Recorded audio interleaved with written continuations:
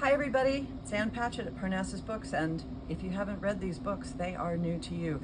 This one is really exciting. You know, one of the great things about being old is that you can put out information that it used to be everybody knew, but now maybe nobody remembers, and you look so smart just by bringing it up. So, bet you remember this book, This Boy's Life by Tobias Wolff. It was a huge hit, came out in 1989. They had a movie of it in 1993 with Leonardo DiCaprio and Robert De Niro. Leo was still a teenager. And it is the memoir of Tobias Wolff's childhood growing up in the Pacific Northwest with a rotten stepfather. Okay, fabulous. Taught in schools, everybody loves it. This is the 30th anniversary edition. What you might not know, though, is that it is best read with Duke of Deception, Geoffrey Wolff's book. Geoffrey is Toby's older brother. This book came out in 1979, and it was a finalist for the Pulitzer Prize, and it is a spectacular book.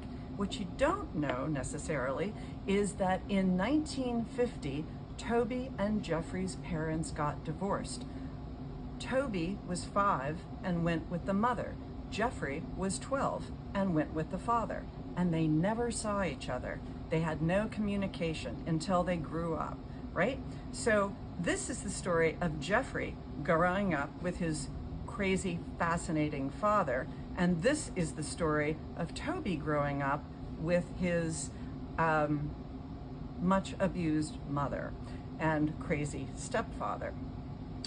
They are both spectacular books. It always is something of a mystery to me that this book, which I love, is the one that people continue to read and not this book, which is equally good and really very colorful. Now, another thing about the Wolff brothers. Toby is one of our all-time best short story writers. This book, The Night in Question, is a fabulous collection.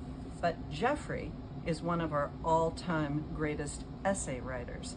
And this book, A Day at the Beach, is one of my favorite books ever, and I got it reissued, and I wrote the introduction.